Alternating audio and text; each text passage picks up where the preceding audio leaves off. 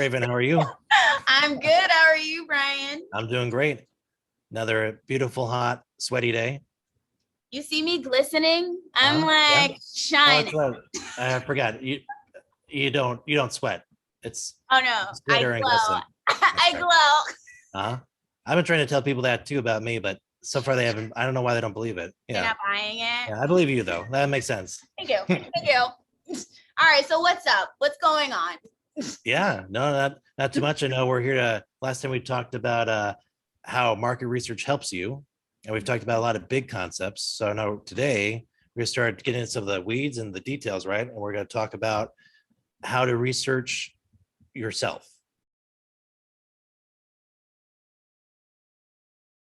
I know people are at different spots with businesses. Yeah. So let me bounce this off you. I know it's different if you have to research yourself once you already have a business and a team, because there's a whole process how to figure out your team culture and like company ethos, mission statement, all that kind of stuff. Right. Then I know for me, like when I was figuring out how to launch business, that was a whole separate process of finding myself before I even had a good idea.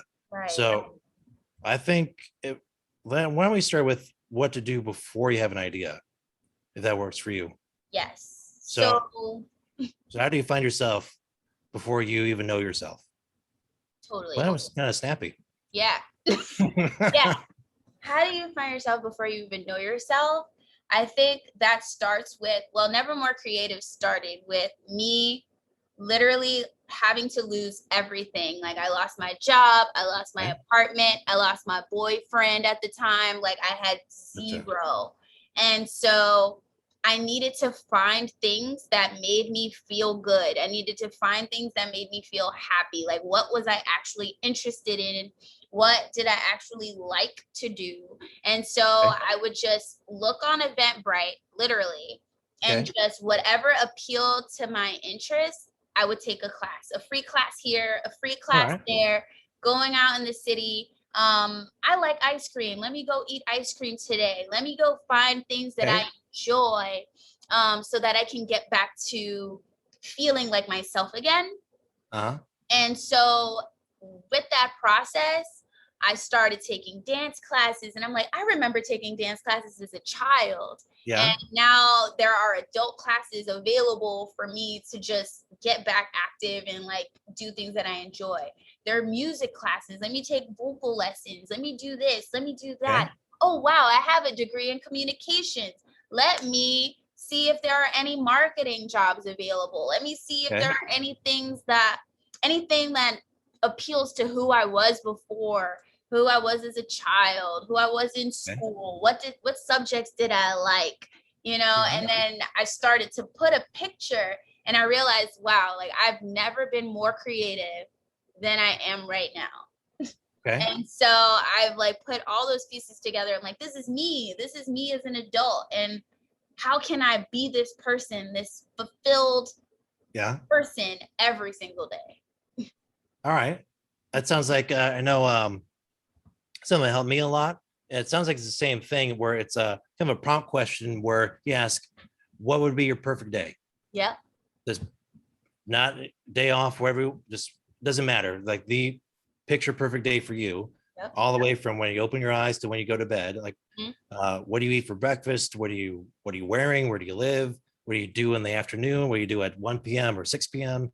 And I know that it sounds like kind of the same thing where you find just through that role play, finding out what you really love. Yeah. Right. Exactly. Does that make sense? Is that kind of what you did, or am I following you right? Okay. Yeah.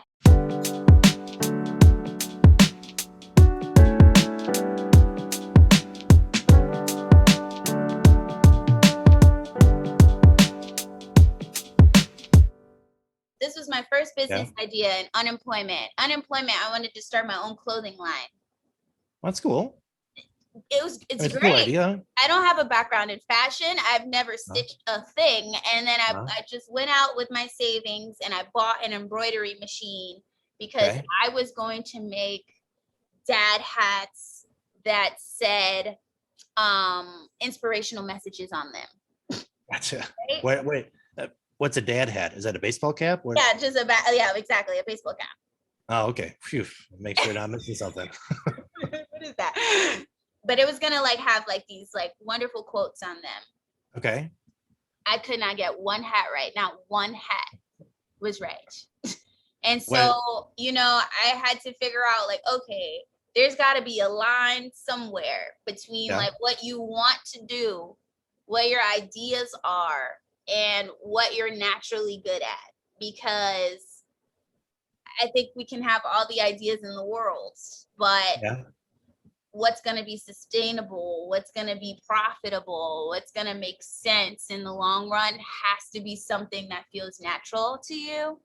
So it took some time going around the mulberry bush, but basically finding that meat, that core of like who I am, what I love, what I care about, and what I can do holistically. I know it brings up another, you reminded me of something else for me. Like after figuring out what I really enjoy, that perfect day prompt, it was a whole nother step for me to drill down to what was the real essence of what I liked. So I got confused by some of like the surface content to where following your sewing example, this wasn't in my perfect day, but let's pretend like my perfect day envisioned sewing, at least for a half hour trying sewing something.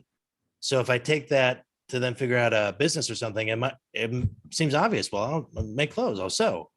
But then, it doesn't always work out where you get frustrated or it's harder than you thought, or so I had to drill past the surface stuff. So if it's not sewing, what is the deeper thing about sewing? So for you, was it making something, working with your hands, being creative? Was there some deeper root level? Yeah, for me, what I took from that experience was I wanted to make people feel good. I wanted to have something like wear your heart on your sleeve. I wanted to take that literally and really wanted to create something that it's like I can convey emotion with what I wear.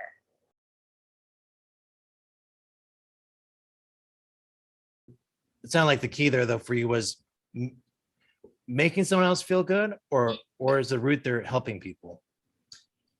I don't know if that's the same thing or not. Yeah, I think it's basically because feelings are fleeting, right? You feel good for like 5 seconds.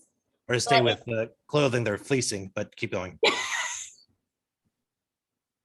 Dad hat. We gotta get you a dad hat. It's like dad jokes. I do what I can.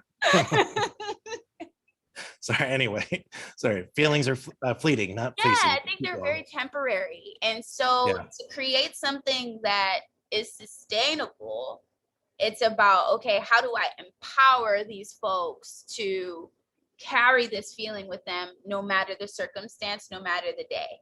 From what you were saying, the word that stuck out to me was empower. So instead of necessarily helping or supporting, it sounded like the root concept was that you wanted to empower people. Absolutely. Kind of like support, mentors, coach, cheerleader, whatever you want to call it. All Right. That's the root of what you wanted to do. Totally. Because it was like in process of me finding myself, maybe someone else can find their self too, And so it's like, hey, let's do this together. Let's come out of the mud together. Like if I can do it, go from the darkness to the light is like the worst time of my life, like I'm taking you with me because it can be done. You don't have to stay in the dark, you can get out of it. Yeah.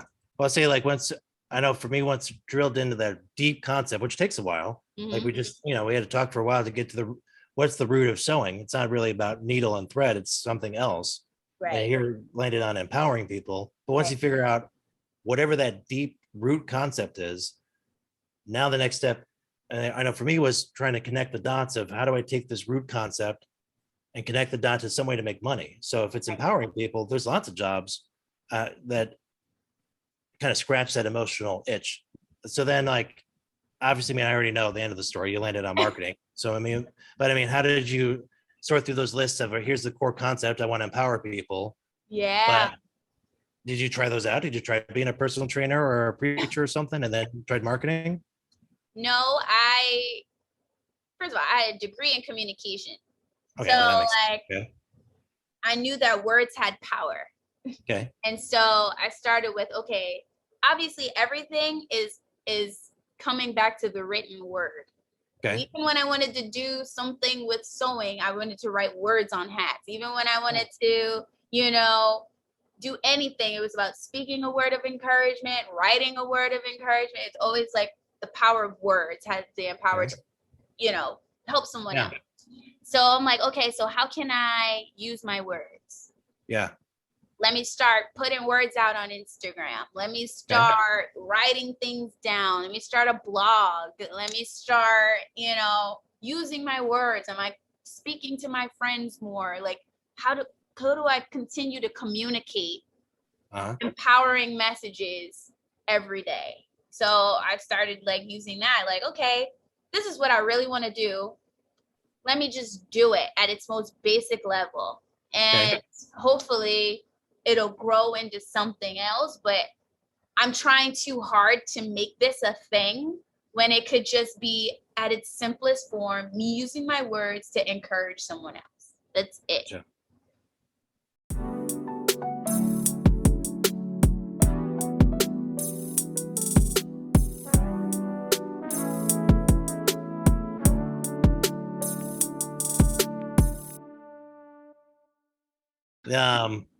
I know that was going all over the place, so now I'm thinking through so we can do a quick recap. So make sure I heard it right. When you're trying to find your idea and research yourself before you have even a startup, before you have anything, you need to kind of look through what's your perfect day, find the things that you really enjoy. Like you said, you sampled from sewing to ice cream to dancing and Zumba, right, all that stuff. And then once you've kind of laid out this perfect day, you know what things you're really passionate about, then figure out a way to drill down to the deeper concepts. So like sewing, it wasn't just something that was part of your perfect day, but you had to drill to the deeper concept that was empowering people. It wasn't just that you wanted to make something with your hands. There was a deeper need that you wanted to help people, make them look good, feel good, and empower people, and that you want to do something with words. So even though you were sewing is something with putting quotes on hats, so the words and empowering. Once you get down to that root concept, then you can do like a Venn diagram or connect the dots charts of what can you use that can empower people, and can use words, and then just kind of then go back to sampling stuff again. So you just make a list. Like you could try being a writer, you could try being a preacher, a motivational speaker, a coach. Those both empower and use words. You just kind of go down the list until you find something that can grow more organically. So I think, I don't know if you said it exactly this way, but if you have to really force it, then it might, just like clothes, if you have to, strap yourself in to get those pants on or something, maybe you just need to get a different pair of pants. Don't fit. So like you said, for you, the writing and empowering, you did the blogging that led to some social media posts that led to people coming to you, artists and other creatives, so that led to you then helping them, which then led to you pulling back your communications degree and then putting the passion and the education you had into marketing, but this organic process that now all this time later now is making money, but it wasn't, you didn't exactly say, yes, this is what I'm going to do back whatever years ago in the dark when you're, working out and all that stuff. Yes. Okay. That's awesome. Yeah. That. So yeah, nice recap. Thank you. There. Yes. That was a lot. So I think that's definitely enough for today. Maybe another time we can talk about once you've got your idea and you've got a team or even just a startup. So maybe you don't even have a storefront yet, but how to figure out your internal culture and that other part of researching you when you're past the idea stage. So yeah, let's do that another time when who knows what we'll find out. Maybe I'll share more hidden secrets, maybe I'll have my dad hat by then. I'll make you one. I'll figure it out. I'll pull out the machine. World's best dad. Okay. All right, I'll take it. All right. Well, cool. All right. Thanks, Megan. That was wonderful. Thank All right. you.